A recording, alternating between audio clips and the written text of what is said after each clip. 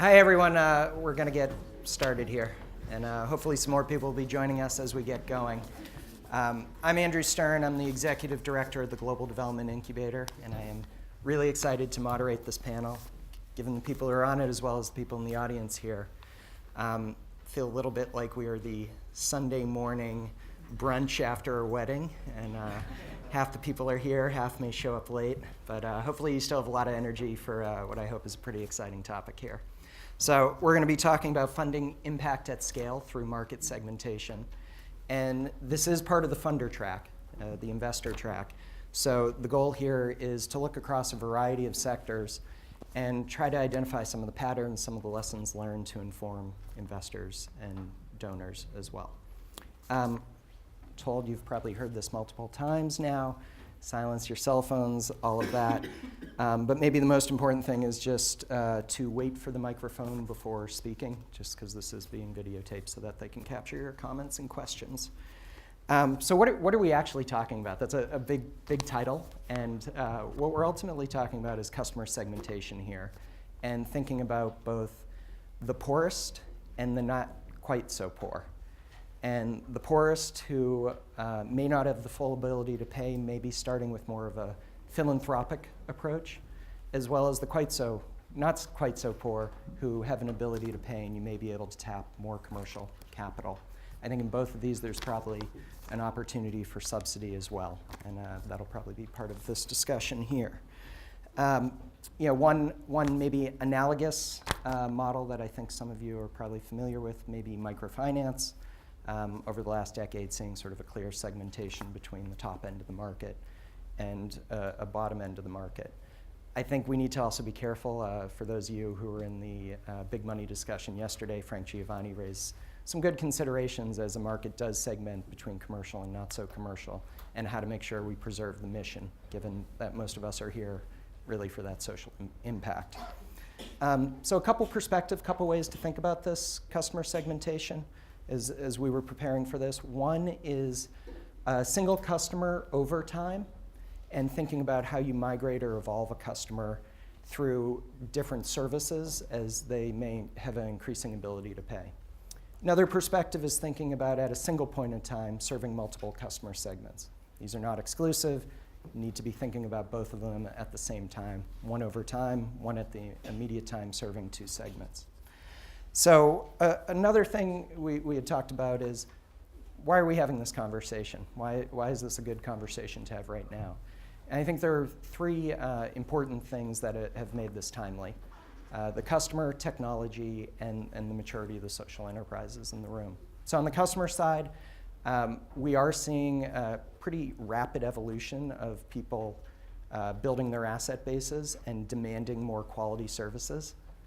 This is a good thing. This is what we are really excited about. It also creates some tensions and challenges as we think about evolving customers and the services we provide. Second is around technology. Obviously, we've seen a lot with mobile money. It increases the reach to tap new market segments. It also helps provide a pay-as-you-go option, which the financing for customers in many markets had been one of the bigger barriers. And then thirdly, I'd say is around the businesses and the social enterprises themselves. So there's certainly a maturity of the businesses and enterprises in this room, creating a bit of the data, the track record to start thinking a little bit more about multiple customer segments. So some of the questions we're going to wrestle with is, how do you stay relevant to the different customers? How do you serve different segments and think about adjacencies? How do you bring in the right capital at the right time? And then maybe a bigger question, does commercial make sense for all social enterprises, and how does it differ across different sectors? So to help us think through that, we have three great panelists here. One of the things I'm excited about this group is there's both a diversity of sectors here. So across the three of them, there's probably 5 or 6 different sectors that they've worked on. And secondly, several of the panelists have been social entrepreneurs themselves on that side, but also on the funder and investor side as well. So we have Dana Hovig, who is the director of the Gates Foundation's Integrated Delivery Team. Tell you a little bit more about that. And previously was CEO of Marie Stopes International, which focuses on reproductive healthcare clinics. We have Debbie Aung Taylor, who is the co-founder of Proximity Designs, and she's going to offer some perspectives around rural agriculture and finance. And then we have Sam Parker, who is most recently the director of the Shell Foundation. Previously, he was the CEO of Water and Sanitation for the urban poor. And he's going to talk about water and sanitation and maybe, in his new role, an emerging perspective on energy and cook stoves as well. So last thing, just give you a quick roadmap where we're going. We're going to start with some panel comments and start really at the social enterprise level. We're going to anchor around that. So whereas the big money discussion yesterday was sort of capital going to social enterprises, we're going to think social enterprise going back up to the capital. Some of my colleagues at Citi have said before, there's no such thing as innovative financing. There is only innovative business models. So we're going to start and anchor the discussion around the business model. But then we are going to go back across the panel and get some perspectives around the capital needs and the capital requirements as well, both from a social enterprise and a funder perspective. And then lastly, we're going to open it up here. I've already given John Kohler a warm cold call that we'd love to hear his perspective, but there's many others out here as well. So look forward to hearing your perspectives. So with that, we're going to jump into it. And maybe start with Debbie. Jump in here. And again, we're going to anchor around the business models. And would love to hear a little bit more of, you offer 3 services and the evolution from the irrigation and water to the finance to the advisory. And maybe 2 specific questions around that is, how do you manage the customer evolution and migration across those 3 offerings? And then what type of tensions does that create in the business model that you may have to manage against? Yeah, first of all, I mean, we're pretty clear about our mission, and that is to reduce rural poverty. And we do that by focusing on raising incomes for rural families who are typically living on under $2 a day in Myanmar. And it's a very big country we estimate about 30 million people in terms of the need. So it's a huge scale for us. And so with that mission in mind, we started out with we have an extreme focus on the customer, and that kind of drives everything we do in terms of the products and services and how we offer them. So we started with irrigation products because we saw small farm families really struggling with 6 hours of drudgery a day and just being hand to mouth and not going anywhere. And so we focused on basically helping them solve their irrigation problems and providing innovative products so that they can get a boost in productivity and incomes. And so we have sort of entry-level products like a $19 irrigation pump, foot pump, that is very accessible to a landless family who just has a small homestead plot. And from there, they've been able to even have such a jump in incomes that they can move on to buying a plot of land and owning it themselves. And they can get on the ladder, bottom rung, and then start moving up. And we've been able to see that in terms of being able to invest and have food security first, and then invest, and then move on to expand their enterprises. Then we saw that, a lot of them also, we provided product financing so that they can afford this product, and it's a one-off financing installment plan. And we saw, farm finance was a huge need in Myanmar. Probably about 4 or 5 million farm households who who are starving for credit, rural credit, because microfinance doesn't touch them. And so typically our customers who get a product loan and have successfully paid it off and are on their way up serve as good it's an on-ramp for getting just regular crop loans from us. So that's been really a way that they can graduate, sort of, and we can keep growing with them. And so many of our farm finance borrowers are former irrigation product users. So we have 35,000 borrowers now and growing. And that farm finance model I was going to say the irrigation product model has been largely about 40-50% cost recovery. And grants will subsidize the R&D work, our design work, and marketing efforts. And we always see that as, that's how it has to be, because if we were to charge full price, then we wouldn't be able to serve that the very poor. But the farm finance, because of the market and the demand, it's a for-profit model, and so we've started that for the last 3-4 years.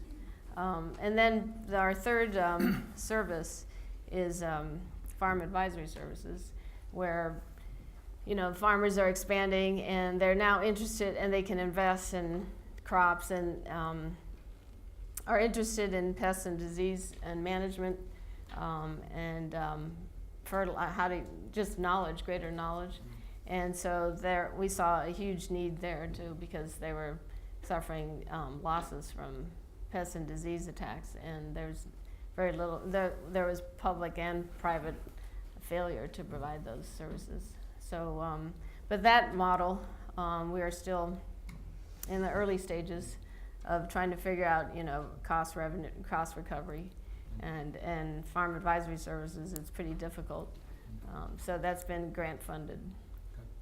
So you have a sort of half cost recovery model, a for-profit model, and an early stage, seeing where that goes, if there's a full cost recovery or a full profit. Right. And we're now at the stage where we're trying to figure out how to integrate all of this with the same customer, on the ground, and how we should think of it. We've had it as three separate businesses, just to be able to have transparency and be accountable with different P&Ls.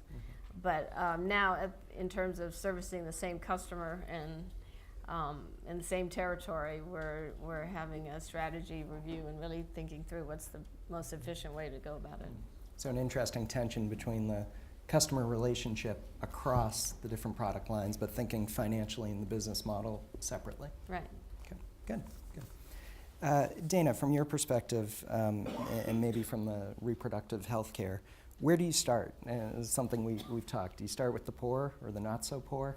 What's the right intervention point? Yeah, first of all, thanks for inviting me. And I'm, as Andrew said, I'm happy to share two perspectives. One from my current role at the Gates Foundation, and as a sort of strategic investor trying to bring new tools and technologies and business models to scale. That's really our reason to be for my new team at the foundation. But also, before I joined the foundation, as Andrew mentioned, I was the chief executive of Mary Stopes, and I think I was hired to bring what was a profound and important business model, but working at sort of relatively small or medium-sized scale, and bring it to scale. So when I took over MSI, it was about a $100 million a year organization.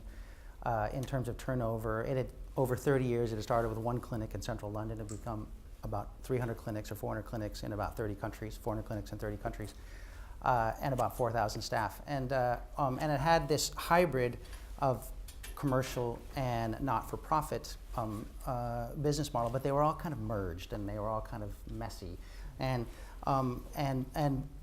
the entrepreneurs throughout the organization were meant to do both in equal measure. And I think it was confusing for people. They had mixed signals about what was success and what wasn't. And so what I did was create two divisions, a surplus-making division and a not-for-profit or a loss-making division, and then really pushed out delegation of authority. I think one of the lessons that I've maybe seen, and again, this is my own bias, is you have this excitement of a new entity or a new organization, and that excitement then over time sort of dissipates as the business model becomes older and and people move through the organization. And so what I really try to do was push out authority and responsibility across the 30 country offices. I had to change most of the country directors in the organization and really think of them as CEOs with P&Ls and a sense of they were growing their own business. And so fast forward 6 or 7 years, and the organization had grown to about 9,000 staff and $300 million a year in turnover, and had tripled its bottom line in terms of health impact. And I think to the issue of market segmentation, the person who had founded the organization had been CEO for 30 years, an amazing man, an entrepreneur, a visionary, did things that I could never aspire to do, but was very much working in the business, on the business model, and the business model was sacrosanct.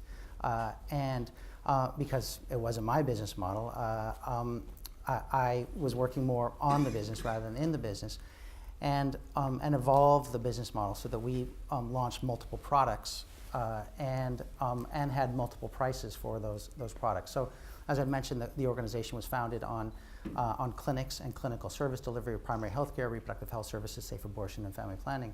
And we grew those clinics from 300 to 400 owner-operated clinic, 400 to 600 owner-operated clinics. But we also franchised or networked existing clinics in slums of Bangladesh and Pakistan and Kenya, and pushed prices down through that sort of franchising and networking opportunity, and really reached poor people in a way which we hadn't in our urban, more middle-class based clinics. And then we launched a clinical outreach team that, with donor funds that then gave free services to poor people in rural Tanzania, rural Kenya, or rural Pakistan. So we had 3 price points, 3 different products. And by really understanding our consumer and getting a real sense of the consumer profile, we were also able to attract investment capital for our surplus generating division. And we were, and a PRI from Packard, for example, for about $7 million. And then we were also able to attract a huge amount of donor funds because we were able to talk about the consumer profile of the poor people we were serving in rural Tanzania or rural Kenya. And so knowing your consumer and having actually research about who they are and what they're doing with the services or products you're delivering was a huge sort of fundraising ploy for us, and it worked. That's great. So obviously a pretty complex global operation. You raised one of the issues around the organizational management and financial incentives among the staff. But it sounded like it was sort of merged when you took it over and sort of serving across segments. How did you separate that? What was the work to identify the different customer segments? Well, we broke our P&L, as Debbie said, into these divisions, and then we also had P&Ls for individual products and identified products which were going to be money making and products which were going to be loss making. The country directors or the CEOs of the offices and operations in the developing world still had a double bottom line, so they still had a financial measure that they had to manage to, and a social or health impact measure, and that was a tough job to still be sort of that hybrid. The commercial, however, it was very clear that it was a financial bottom line, and we didn't pretend that we were managing to a social bottom line, and that really allowed us to attract a much different sort of person. My predecessor was great at both. I was probably pretty good at the fundraising and the developing side and things like that. I'd lived in Pakistan for 4 years and West Africa for 5 years, so I sort of had more touch and feel on that. I'd never run a business, and so I'd give myself probably a B- in running our business side, and so I really had to find great people to run that, and then just give them a huge amount of leash. Great. All right, Sam, we had talked a little bit around water and sanitation and energy, and how do you stay relevant as customers evolve and continually expect more? Okay, first of all, thanks for having me. So I've worked for the last 10 years with low-income consumers of water and more recently of energy. And so if there's one thing I've learnt is never assume you understand the consumer. So in the world of water, we've messed up a lot. So in Naivasha is a town on about an hour and a half away from Nairobi, and there are a lot of informal settlements there, near the flower farms, mainly flower farm workers, and they draw their water from Lake Naivasha, which is not clean and not safe. And very, very high fluoride, so everyone has very, very damaged bad teeth, and a lot of people have very bad bones, and there's a massive problem of access to safe and affordable water. So we started working there with a local operator, and we helped set up this system which supplied, on a more or less commercial basis, supplied safe, treated for fluoride with bone char water right next to people's homes. So they weren't trogging down to the lake and bringing it up. There it was. There was one tap for treated, low fluoride, safe to drink, one tap untreated, half price for washing and cooking. And we thought, wow, we've done it. At last, this community is free of fluoride. They can live healthy and happy lives. Nobody bought the treated water. And we couldn't get it. We couldn't understand it. There it was 2 shillings for a jerry can. 1 shilling a jerry can was the untreated water, and everyone kept on drinking the untreated water. And there were celebrations around the fact that they finally beat the fluoride scourge, but they still carried on drinking the untreated water. So we'd made massive assumptions sitting in our offices in Nairobi about the way people would behave and the way they'd respond to a service, and we got it wrong. So we had to respond to that by actually setting up an entirely new promotional campaign to get people to figure out, to actually be persuaded to pay that extra shilling.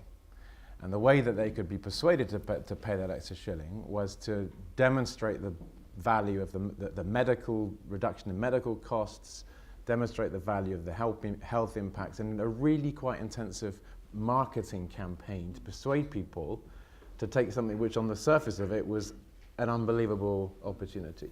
So we got it wrong. We misread people's behavior. But we had to listen to them and we had to respond, and then by actually addressing their concerns and pitching the service in a new way, we managed to reach that community of 40,000 people with safe water. And today they're drinking safe water, they're getting the health benefits of it. But we'd misread them. And another example from the energy low-income consumer world, I was a few weeks ago in India, and I was walking around with a cook stove company who are marketing clean cook stoves, which come in boxes, and the boxes has 3 reasons to purchase in big letters. And one is less smoke, one is you save time, and one is 80% reduction in cost.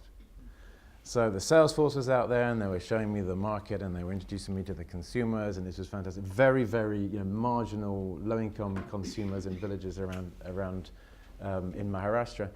So I went to one of the women there, and I said, who had one in her house, and he said, why did you buy that? He said, was it because of the smoke? Was it because of the cost? Or was it because of the time? He said, well, it's because she bought one. And it looks great in her house. I really like the look of it in her house. And I want one. I don't want to be the one left out. And so all of a sudden, I said, well, what about the smoke? He said, well, yeah, we've had smoke for 100 years. My grandmother had smoke. What about the cost? Well, we still get free wood. We just go and get it from the, and what about the time? He said, well, I don't have a problem with time. So we're making assumptions. We're even marketing products which are good, we think, for people, but for the wrong reasons. And actually, we're making assumptions about behavior. But the interesting thing about that is that they responded to that. They have responded to that by designing new products at lower price points and pitching it for different reasons. So it's actually as much about status and about pride around the home as it is around the safety and the cost. So again, I would just say, don't assume you understand your consumers. Yeah, some important lessons around customer knowledge. And you had also mentioned before around energy and cook stoves. As people evolve, it puts new demands on the social enterprise to continue to think about the quality. Could you talk a little more about that? So how many products can you invent? I mean, if you look at this, you can't. No one can have a product for every customer, right? Mm-hmm. But there was a big, huge group of there was an association of Indian women who were testing a bunch of cook stoves and didn't take the cook stove of the social enterprise that we're supporting for one reason, that there's a local staple food called rotla, and it doesn't cook it evenly. right? But this is a large percentage of the families in this particular state eat this particular state. So there's no way that you're going to make any success. So they went back and they redesigned the product such that it would have a more even burn around the thing, and actually deliberately design a product because the market was big enough. They went back to the market and it's now selling pretty well. But and they wanted a knob on it to turn the thing up and down. So you just have to keep on listening and responding. If the market's big enough, then it's justified to go and actually develop a new product for it. Another example of that is the institutional cook stoves, where they've actually the market was so big, this was in Honduras, the market was so big that it was justified to invent, if you like, an institutional model. And they're now setting up a factory in Honduras to make these things, and it was very much, it's expensive, but if this market's big enough and you're listening to what the consumers want, it's worth doing. And that's the only way to actually expand your business. If you don't innovate and if you're not inventing new products all the time, you will not grow the business and you will not penetrate the market you're trying to penetrate. Okay. All right, so couple interesting points here around starting with the social enterprise and the model and thinking through the customer segmentation. First and foremost around the customer knowledge and really understanding that and being able to evolve with them over time. Some of the tension, I think, which is interesting between how do you manage a customer relationship as you move them through different financial models. And then, Dana, you also brought up the implications of that for the organization, for the staff, for the type of incentives if you're managing a bit of a hybrid program. One question before we move off of the anchoring on the social enterprise. In a session on Wednesday, Kevin Starr had talked through happiness and development, and one of the things he had said is the impact jackpot is reaching the poorest of the poor. When we were talking earlier to prepare for the session, you guys had said to me, maybe the place to start is in the middle market and then move down. And be interested to hear your perspectives about that. You know, do you design for the poorest of the poor, or do you start in the middle and try to move down?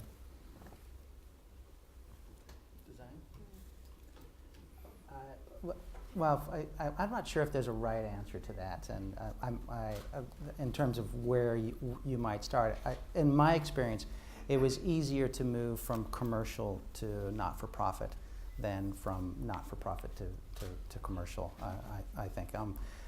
Like I said, I was a not-for-profit guy, and I struggled to move into the hard world of commerce. And but I do think that what Sam said earlier about wherever you start, be clear of who you're starting with. So there was this folklore at Mary Stopes that we were serving the poor, and I came in and I said, where's the evidence of that? Well, the evidence is because we don't turn anybody away because of cost, and so we must be serving the poor because we don't turn anybody away. And we know our customer because foot traffic in our clinics is going up every day and every year, and so we must know our customer because otherwise they wouldn't be coming to us. And I said, we don't know our customer. We're just in a big, huge vacuum space, and probably that axiom of better to be lucky than good is what MSI was. We were lucky to be in that space. There was a huge need for it. And so knowing your customer, I think, and knowing that in fact we were serving middle-class urban customers in the clinics, and if we really wanted to reach the poor, we had to come up with different products and different price points to do that, and being really quite just not kidding ourselves, and frankly not kidding Donut. I think that's one reason that we were not very good at fundraising, and when I first took over, was because we were trying to sell poor people to donors, and they walked into our clinics and they looked around and said, this is kind of a pretty nice clinic with pretty well-dressed people here. So your story and our experience aren't the same. So I think for me it's perhaps axiomatic, just know where you're starting and then move out. No, don't try to be all things to all people. Any other perspectives? I think for us, rural Myanmar, by definition, is, poor, and I'm not sure I don't think we spent a lot of time just micro tuning, targeting the poorest of the poor, and I think we recognize that in the rural economy, the backbone of that village economy are farmers, small farmers, and they may not be the poorest of the poor in terms of landless people, but they do generate jobs for the landless, and they are critical to economic growth so the whole system in terms of economic growth relies on small farmers, and so So they may not be the poorest of the poor in the village, but we feel like that's an important target. And certainly, from my side, I'd say that if we're serious about scale, I don't think we can get to 100% universal access to energy or universal access to water if we depend entirely on really small businesses or really small enterprises. I think we need large-scale enterprises that are working with multi-million-dollar revenues and across a number of countries. And from the evidence I've seen, companies that are that scale have enjoyed millions of dollars of grant investment to get them to a scale where they are now financially self-sustaining and can grow and be free of subsidy and reach hundreds of thousands and millions of people.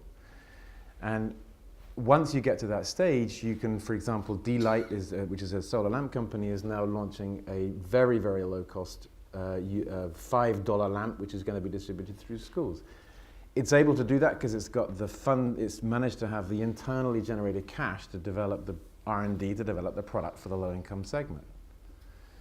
The EnviroFit, the cook stove company, has developed a low-cost unit through its own cash flow, which is less than $10, and it's a very, very extremely well-made but very, very low-cost unit. And I don't think that you can really achieve that unless you have a core business which is sustainable and solid and is going to be free of subsidy.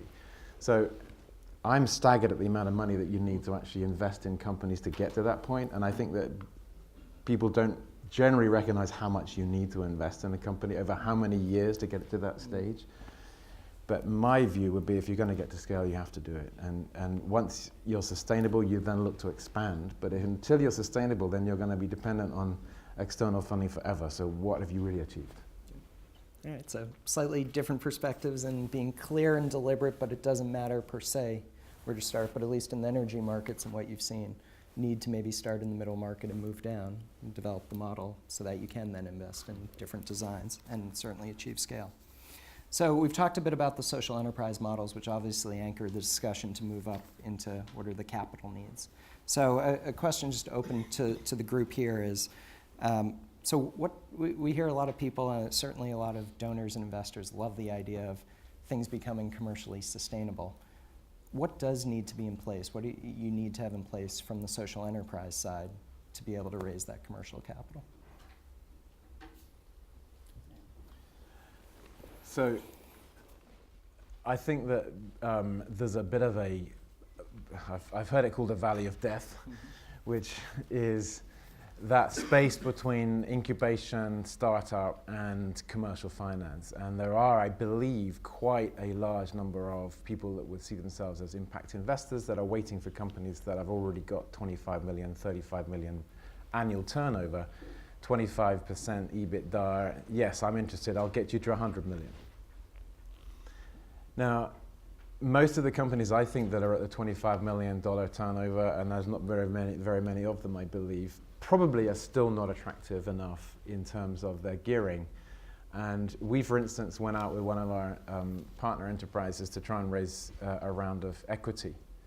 And this was a company that was a $15 million company. And we failed.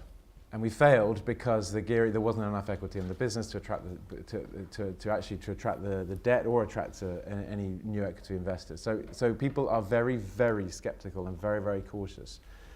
And I think what I'm seeing is you need a track record of considerably stable and growing sales. You need positive EBITDA. You need, a very strong management team. You need a capital structure which is actually going to, convince the commercial markets, and you need really probably 10 years in the market before you're going to become free of subsidy. And that, I think, is a little bit of the gap that what I'm not seeing. I'm not seeing people come in and say, right, we're going to work with you guys to get these companies to become investable in the commercial market. I'm just not seeing enough players in that space. And the Shell Foundation has focused on only a small number of enterprises, maybe 5 or 10, to get them to that stage, and has really invested a lot of money in them.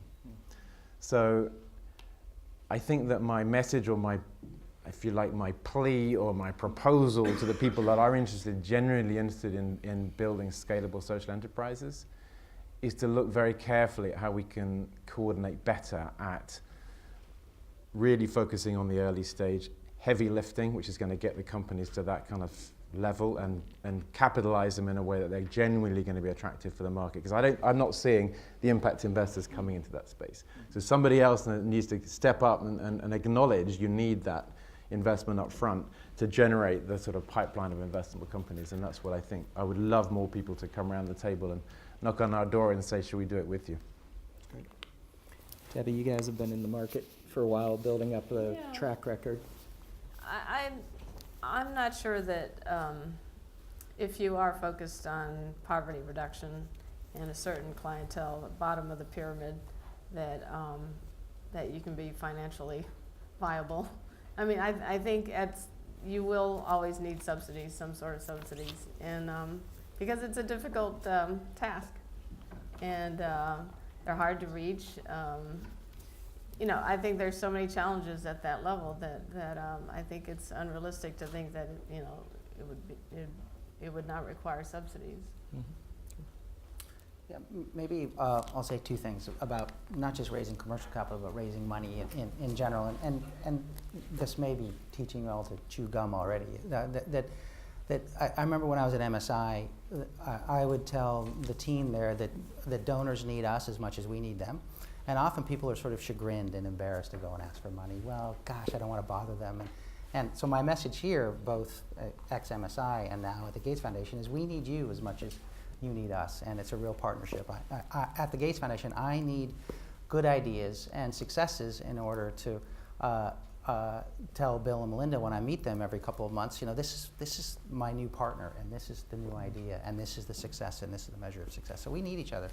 And so that actually then changes the conversation about how one approaches an investor, whether it's for grants or for impact investing, and that is what's in it for the investor.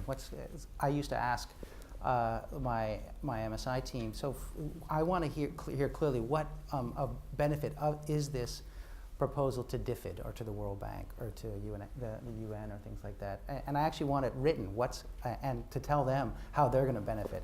It's not enough to tell them how you're going to benefit or how your beneficiaries are going to benefit. They're people too, they're a customer. They need to benefit. They need to show something to their bosses about results or about moving money out the door at the right time or things like that. So that would be probably my principal message, is we need each other. And the second thing is just being really clear about what's in it for the investor as a person.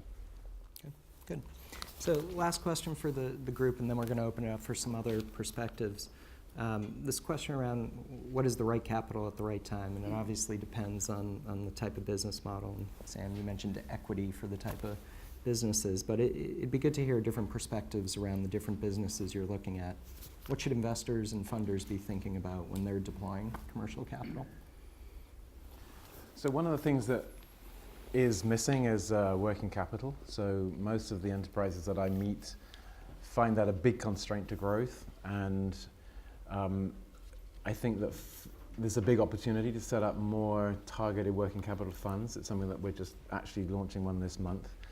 The cook stove company, for example, EnviroFit, that we've worked with for a long time, that's one of the biggest constraints to growth. So you're not only talking about the manufacturing, you're talking about the distribution, you're talking about all of the chain, all of whom require working capital. And if you go to a market like India, for example, even at 0%, you're actually talking 13% if you actually add in all of the various taxes along the way. So it's a huge problem.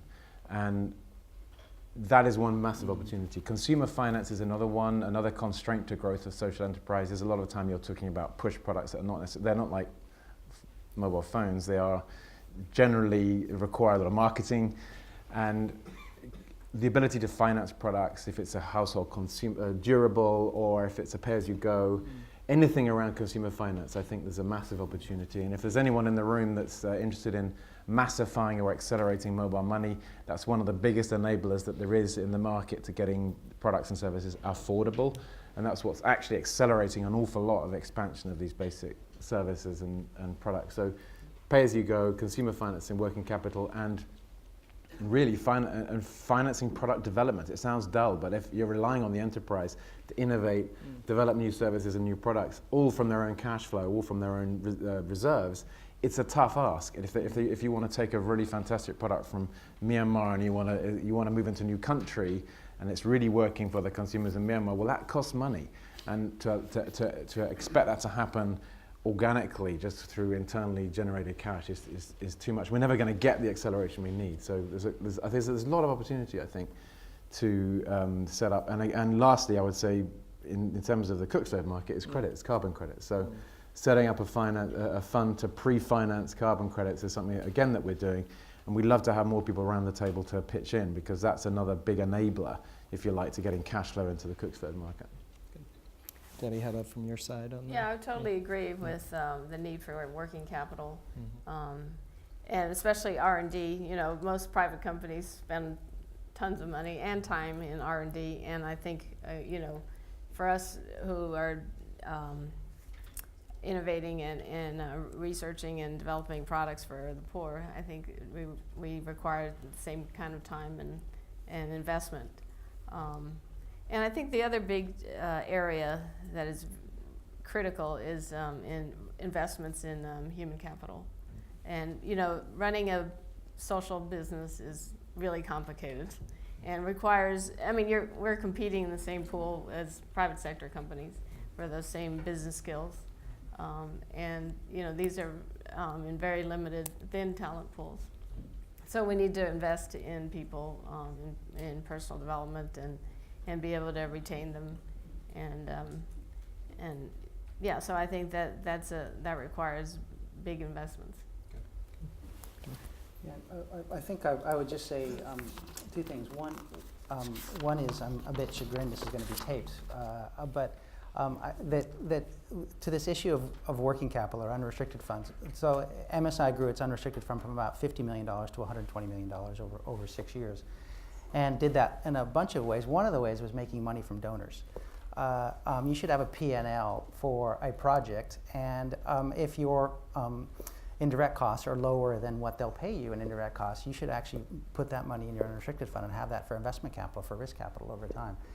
And my fellow donors here may not like me for that, but I just think that as donors, we expect break even, or the organizations to lose and put some of their sweat equity into it. Certainly, they should put sweat equity, but not their own equity for things that we've mutually agreed they should do. So they should make money out of our activities when they deliver what they said they would deliver, and it's a value, and it's an agreed value to us. And so I just think build your unrestricted fund. Without risk capital, you can't grow, and one way to do that is frankly by being really efficient and delivering to donors and putting the rest of the money away for risk. Good. All right, so you heard a bunch of perspectives here around the valley of death, the upfront investment that's required here. I think some different perspectives on how commercial a market could go versus how to maintain the integrity of the social perspective. Big need for working capital. I think everyone loves to talk equity, growth capital, private equity, but at the end of the day, big need for working capital, big need for R&D and CapEx to build products. And then Dana, which we will splice out of the video, a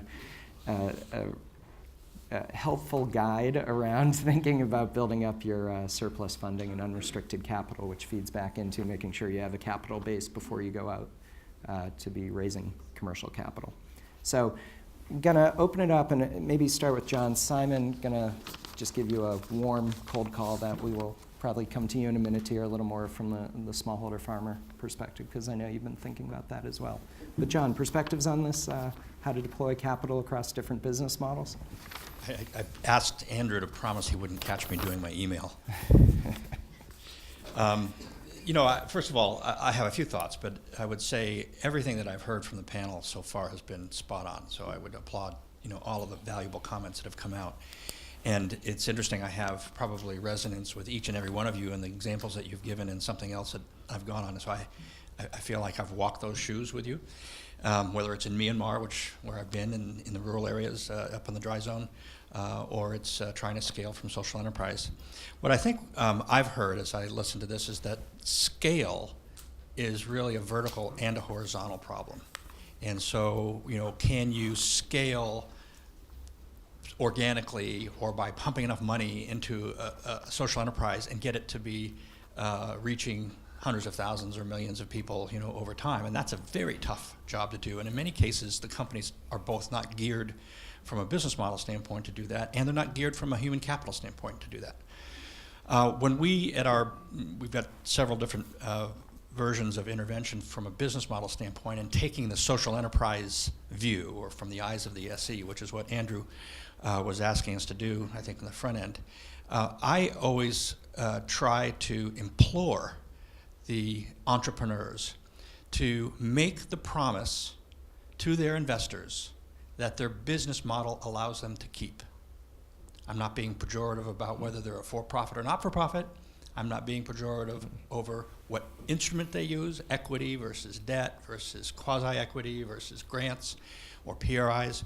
But the key to me in that sentence, a couple of keys actually, but the key to me in that sentence is, what does your business model allow you to keep? Does your business model allow you to keep?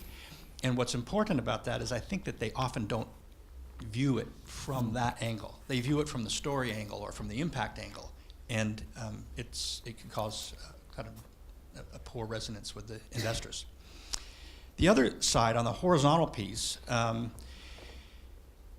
we're experimenting with a couple of programs. And I would say the biggest missing piece for small business support from the SE's point of view are the local banks.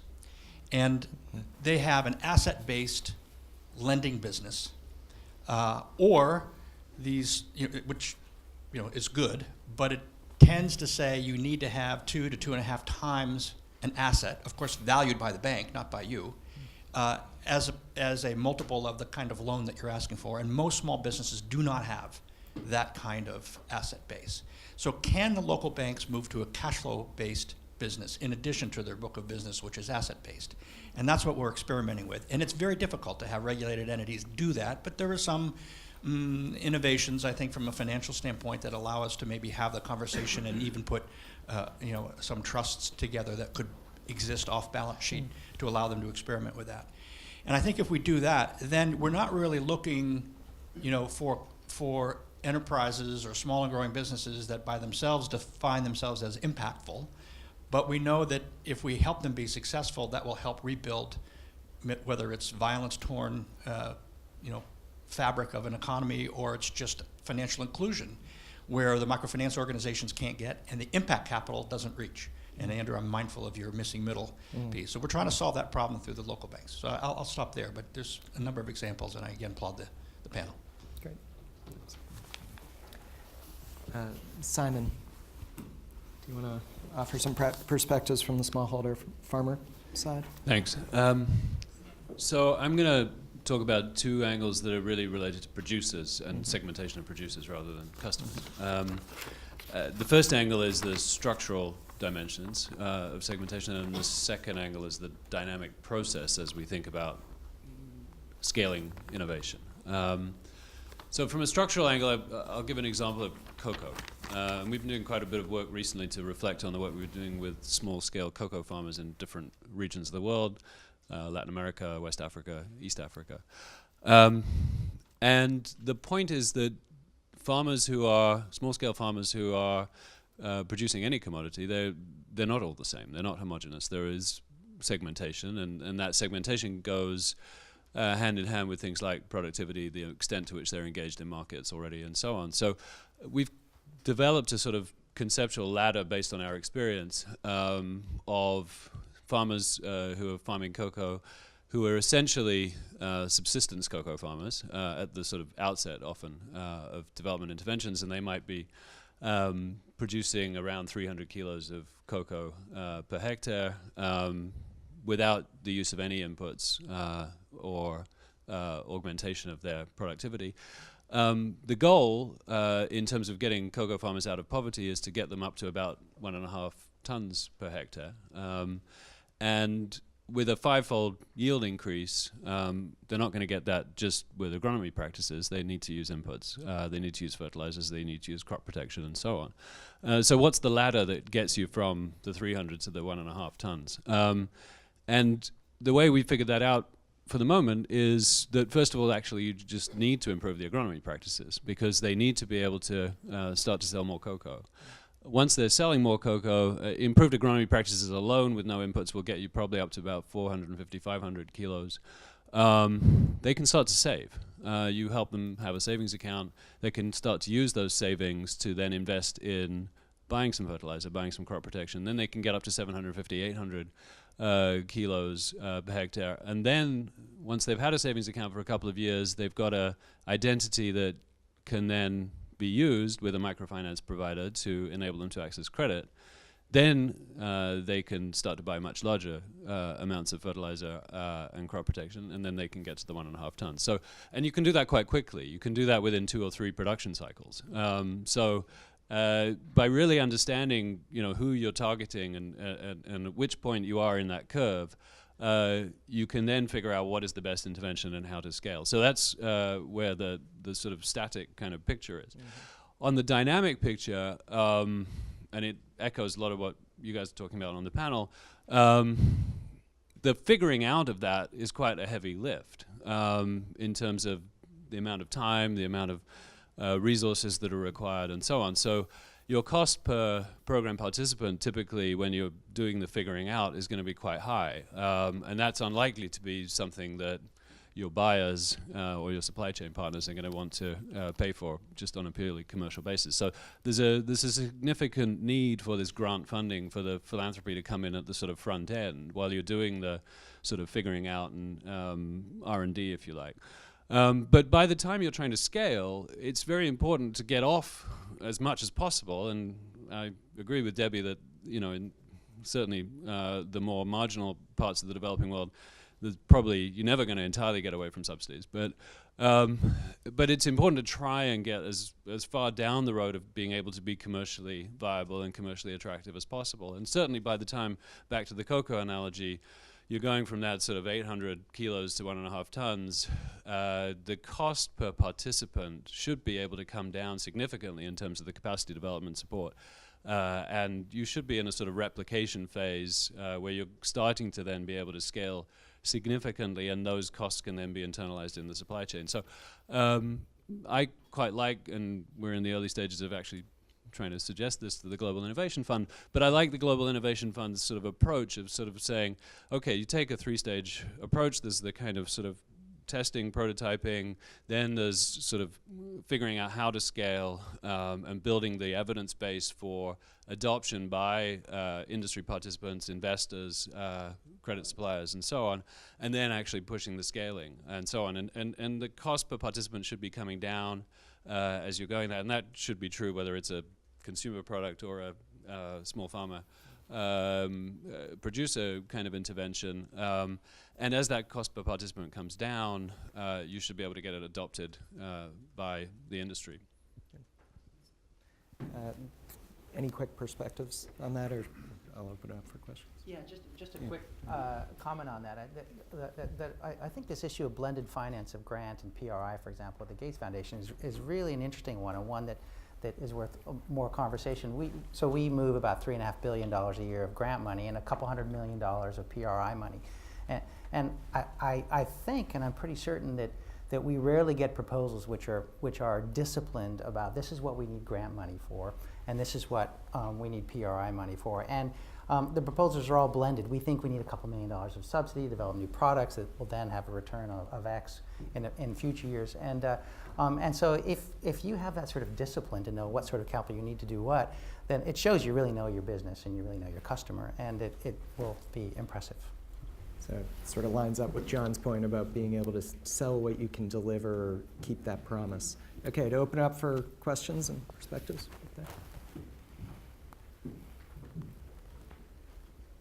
Hi there. My name is Greg Kusa. I'm from the International Center for Social Franchising. We help organizations replicate. And your point about kind of economies of scale at that point of scaling is definitely valid. I think what we've seen that's missing quite a lot is the funding at the preparation for scale, to actually develop the business model, to actually understand what needs to be systemized, to actually look at the external environment in which you're going to be replicating into, to actually identify who the right replication partner is going to be, what their profile looks like, what due diligence needs to be done on them, what are non-negotiables, what are desirable, what are kind of red flags. And I think that's missing kind of a lot of times. There's this, you're doing great, let's fund this here. Oh, we want you to scale. Well, you should be able to drive costs down. But in that middle, there needs to be growth funding, and it could take a various number of forms, but you're not going to be generating surplus in that initial setup stage. Dana, it sounds like when you guys were looking at franchising, you had a bit of this war chest that you had set up with surplus funding. That's where some of the growth funding was coming from? Yeah. Good. Others?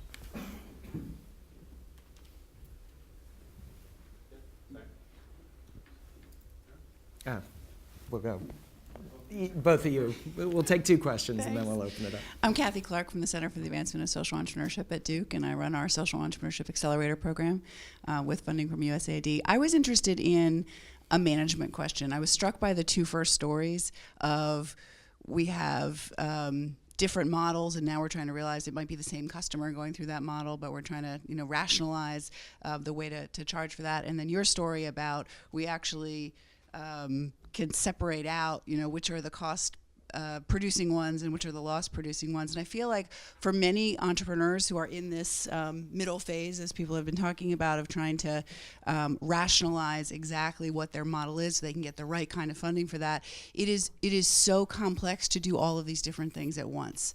And I'm curious if you have advice about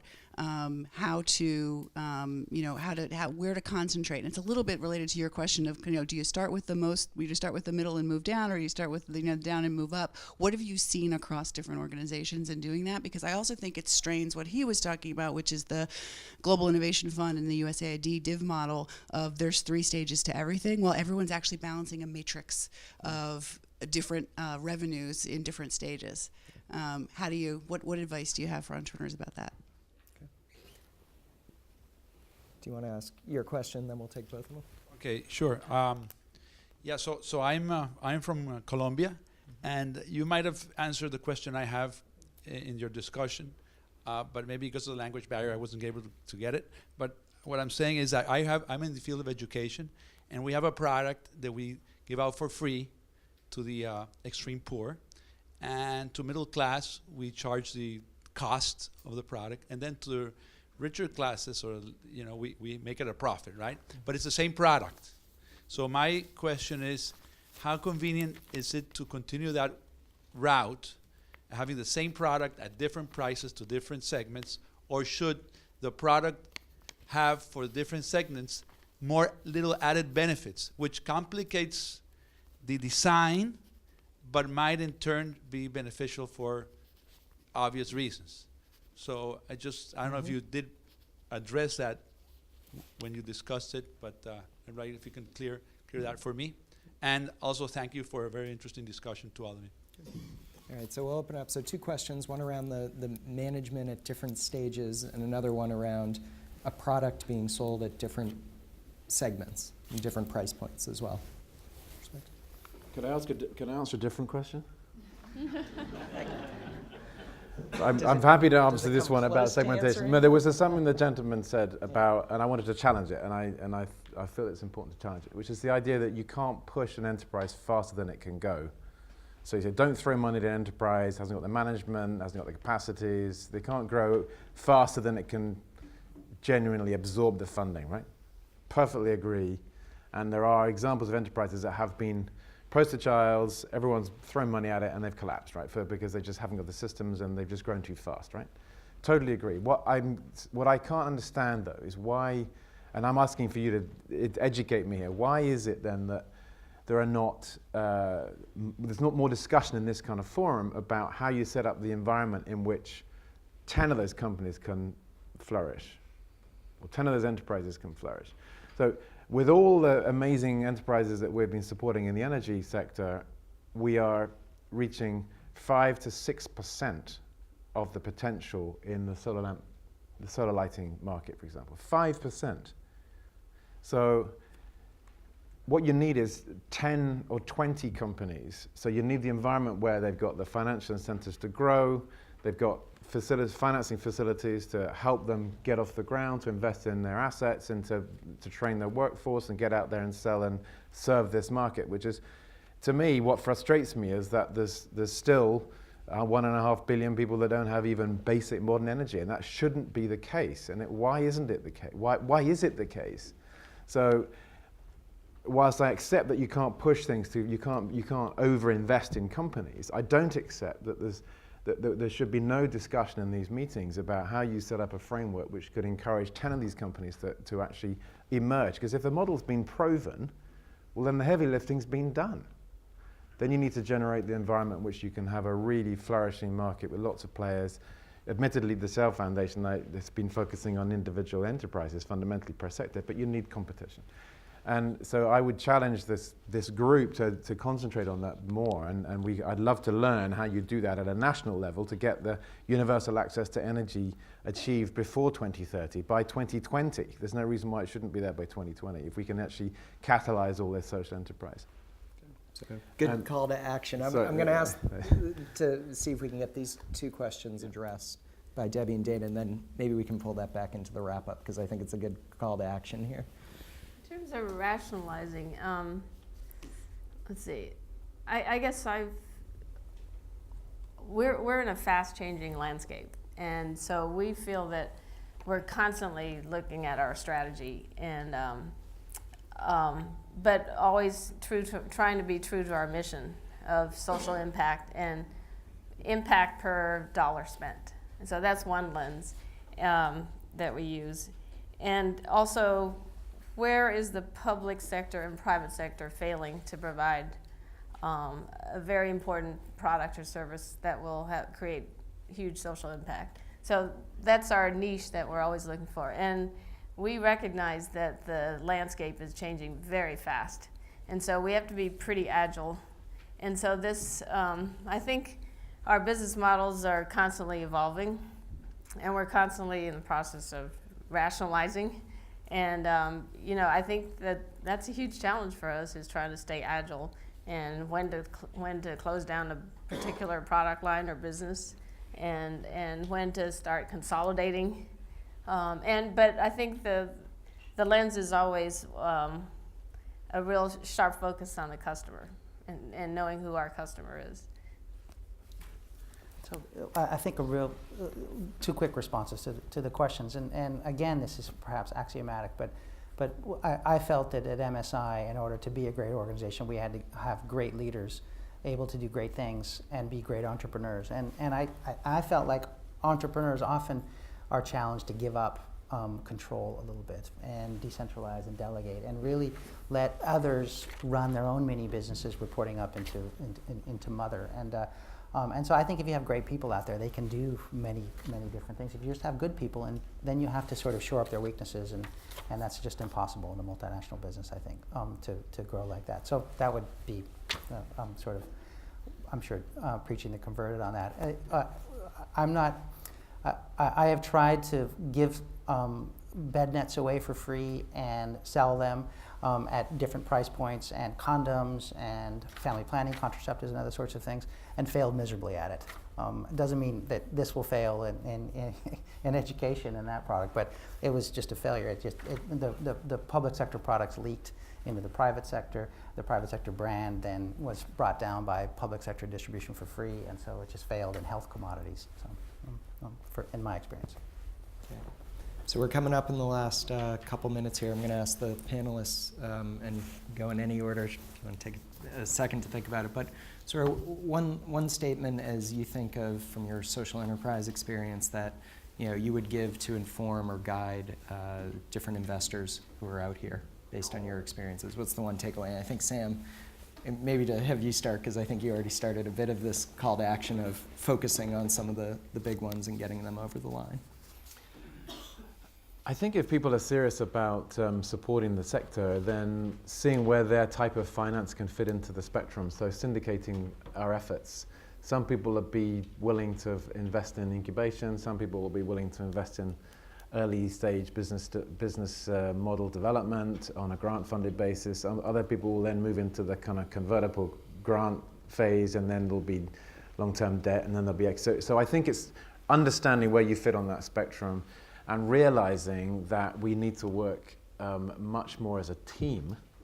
It sounds cliche, but we need to work as a team, because if we're all waiting as funders, if we're all waiting for our own particular animal that we fund and don't look at the rest of the social enterprise development process, then we're probably going to be sitting waiting for a long time, because we should be working with the other people that are working at other stages in the process. And I guess that's what I mean by the word syndication. So to me, it's looking, I would love it if we could have some more understanding of what the environment looks like to foster social enterprise, and all of us to actually figure out what we can contribute to that picture, such that we can genuinely take a national country scale approach to this rather than a very individual, this is my enterprise, I'm going to bash away at this and I'm going to prove the world that it's the best enterprise in the world. But in the end of the day, collectively we're still only a small drop in the ocean.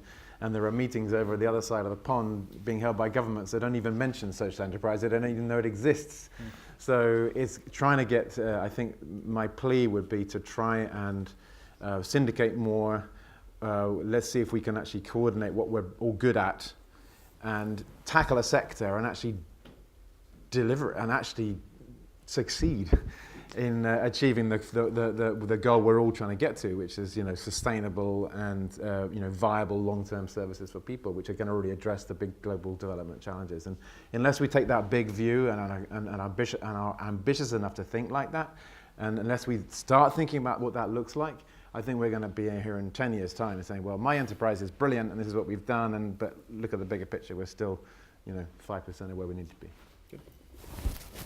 Just two things. One is just learning to live with the schizophrenic nature of, every day we're faced with trade-offs of, how much more revenue should we try to get, or how much should we charge for this product and try to get more, and that means losing customers, at the bottom end. And that's a trade-off we're constantly making, whether it's designing the product or coming to sell it. So how much cost recovery are we going to shoot for? That's something we ask ourselves every day. And also at the beginning of the year, asking, what is going to be our target for this business model, and how do we tweak it given the fast-changing landscape. So just learning to live with that hybrid tension all the time is a given, I think. Secondly, I think one other approach we have to scale is looking at a systems approach, that we do operate in a macroeconomic environment. And it could be because of our public policy background, but we are very engaged with the leadership of the country in moving policy reforms so that they can have, if you can change a policy overnight, it can impact millions of people. And it's high risk but high reward. So we also play in that space, and that's another part of our business model. Yeah, I think maybe to end where Sam began, which is about the customer, in a couple of ways. One is that we at the foundation have failed miserably in innovation and product development by not taking the customer into account up front. And so we actually have some people now we've just hired on my team focused on user-centered design to try to bring the customer's voice into Planet Seattle. And it's a challenge, and so far it hasn't succeeded very much. But I do think it's critical. The other thing is that that my team is interested in scale. The foundation continues to innovate and spend a boatload of money on innovation and invention, but my team is really interested in moving those things to scale. And the question I ask when I read a proposal or when I look at plans to scale, is how are they going to keep in touch with customers as they scale? Because it's not a reproduction and replication game of let's take this business model and make it sacrosanct and put it over here and then over here and over here. Things just won't work that way. Customers in the world just moving too quickly. So how are they going to keep in touch with their customer as they scale, as they grow, and as they move across geographies? So, thanks, Andrew. All right. So you heard 3 closing perspectives here. I'd summarize them in a bit of beyond the organization. We talked a lot about the business model, the capital needs, but you heard perspectives of how do you think about coordination of the capital markets, how do you think about broader policy and system change, and how do you think about the customer as well. So please join me in thanking the panel.